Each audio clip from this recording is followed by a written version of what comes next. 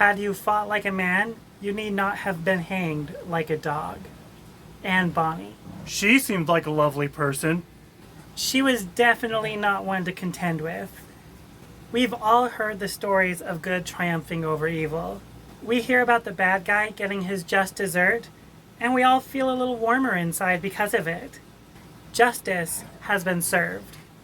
Even in history, if you wait long enough, it seems to be the bad guys eventually lose. Very few actually disappear from history altogether, let alone a notorious woman pirate. I'm talking about the notorious Anne Bonny. If you've ever seen a picture of a woman pirate with her chest exposed, odds are it was a depiction of Anne Bonny, or her partner, Mary Read.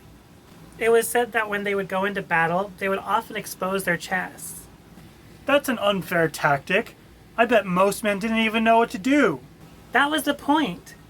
Though it also had to be some sort of mockery since women were considered second-class citizens and you were just beaten by one, if not killed. Anne Bonny is, and seemed to always be, an Irish firecracker. It was said that she was one of the most beautiful women at the time, but had a fiery temper that nobody could contend with. It was said that she even stabbed a servant girl at the age of 13 because she upset her. Anne Bonny herself was the daughter of a servant girl and a lawyer. She was born March 8th, 1697.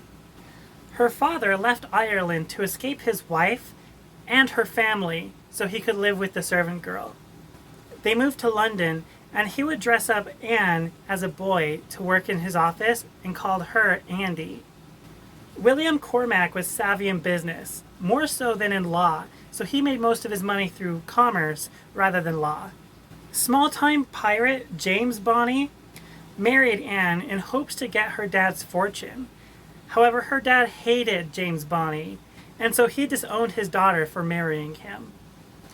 In retaliation of being disowned, Anne Bonny burned down his entire plantation. Sometime between 1714 and 1718, the Bonnies moved to Nassau in New Providence. It was also called the Republic of Pirates. It was nicknamed this because there were a lot of former pirates who had received a pardon and other pirates who were just hiding out trying not to be found. And James Bonny started to make a living being a snitch. And Anne hated this. Wait, she married a snitch? That can't end well for him. You know what they say about snitches. Snitches get stitches? What? Well, yeah, but I was going to say snitches just can't be trusted. No, they can't. Anne hung around with several different pirates, and through her husband's snitching, several were captured. However, Anne got a different reputation for herself. Within days of arriving on the island, she had shot off the ear of a man who had gotten in her way. And while hanging out with the seedy pirates, she actually became mistress to the richest man on the island, Chidley Bayard. But this was before she met John Calico Jack Rackham. Rackham and Anne soon became lovers, and Rackham even tried to pay her husband for Anne. When Mr. Bonny refused to sell his wife, Rackham threatened to beat him up, and the two escaped on his ship together. While on board, she dressed as a man, only Calico Jack knowing that she was a woman, and eventually as well as her friend, Mary Read. However, the cat was soon out of the bag when she got pregnant. She gave birth to a son in Cuba, but this didn't stop her. She gave up her son and continued her piracy. Not very motherly, it seems, either. I can't imagine most pirates being great parents. Around this time, James Bonny kidnapped Anne. He stripped her, reclaiming her as his property, and made her march through the town. And, above all that, she was charged with a felony of deserting her husband. Yeah, that was an actual law back then. With the vitriol and hatred Anne showed towards her husband, the judge suggested a divorce. But not just any divorce, a divorce by sale. And basically this meant that another man could buy the marriage contract, and James Bonny would no longer be Anne's husband, but the new purchaser would be. James fully supported this. He was hoping to make some more money off of her like this. Anne was so against being sold like a hog or cattle, as she put it, and rightfully so, she spoke up. So much venom and hatred came out of her mouth that nobody dared bid on her. All the men present claimed her to be a hellcat and too much temper to handle. The judge agreed to release Anne as long as she promised to return to her husband's side. She agreed, and James was so afraid of her he ran away. Mary Read convinced Anne not to go after the judge as well, as she wanted to shoot him because of the trial. Mary Read and Anne tried hunting down her husband, and they never found him, though they did burn down his turtle business that he was building, and other properties that he owned. The two women rejoined Rackham soon after, Anne as herself, and Mary now dressed as a man named Mark. Anne married Rackham while out at sea, forgetting her past with James Bonny. The three of them captured a ship called the William and formed a new crew on this ship. They pillaged Jamaica. She fought alongside all of the men, and Governor Rogers even named her as a wanted pirate in circulars in the Boston Newsletter, something only the most notorious and dangerous pirates ever achieved, let alone a woman. Mary Read and Anne Bonny rarely drank. They stayed sober, and soon an animosity grew between the two women and Calico Jack. At this time, Anne Bonny was the first mate of the ship, only answering to Calico Jack. However, even he was afraid of her. She kicked him out of his own captain's quarters, and she and Mark, or Mary Read, moved in. Calico Jack grew jealous of the attention she was giving to Mark, and one night while drunk, Calico Jack broke into the captain's quarters to slit Mary Read's throat. However, instead of discovering a man making love to his new wife, it was a woman. After this discovery, the two women became inseparable, and even Calico Jack joined in a few times. They loved freely as an open lesbian couple, no matter where they were. Now, as I mentioned, the two women rarely drank. This wasn't much of an issue until one night the crew were discovered by Captain Jonathan Barnett. The crew was so drunk that only the women fought against them. The rest surrendered. Calico Jack, her new husband, gave up the ship without a fight.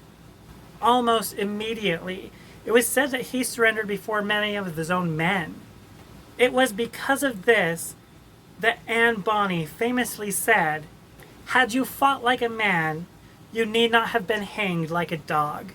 Everyone was arrested and sentenced to execution. Mary Read and Anne Bonny pleaded their bellies. This meant that they claimed they were pregnant and were hoping to stay the execution until they gave birth. And it was confirmed both were pregnant, most likely by Calico Jack. The governor approved the delay of execution on the two women as long as they stayed imprisoned.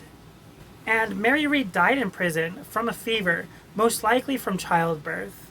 But Anne Bonny, she gave birth, though we don't know to a boy or a girl, and disappeared. Disappeared? How do you disappear from a jail cell? Yet, nobody knows what happened to her. She was wanted by the English Crown, had a wanted poster in the Boston Newsletter, and committed piracy throughout the Caribbean. How can she just vanish? Nobody knows. Some say she got married again and moved to Charleston, South Carolina, which isn't very likely considering her plethora of crimes, which included conspiracy against the king's authority. And that was an executable offense. Others even claim that she may have joined a nunnery. Anne Bonny is the last person I can imagine being a nun. I mean, she randomly kills people, she was into piracy, gave up her own son, and was in a lesbian relationship. Exactly. If she had been executed, we would have records of it. But with scant amount on her or her baby after this, I think her and her baby may have gotten away altogether. But to where is really anybody's guess.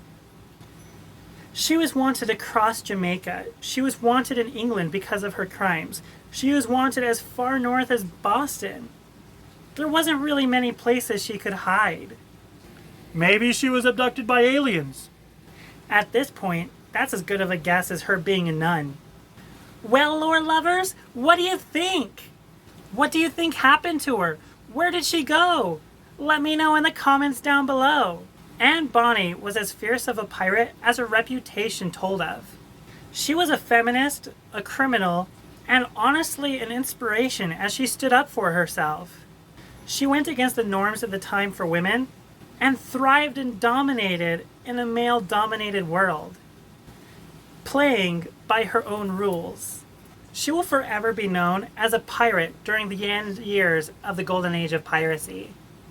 But her legacy has become so much more than that. If anything, you don't really hear of very many lesbian couples throughout history. I hope you have enjoyed Pirate Week this year. I loved sharing these stories of the most notorious pirates. And hopefully you learned something new.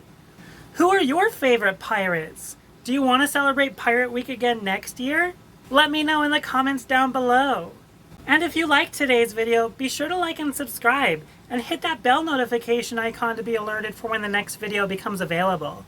And be sure to share this video! Spread the story of Anne Bonny as one truly amazing character in history, and a legendary pirate. Until next time, lore lovers, may you fight like a man so you need not have been hanged like a dog.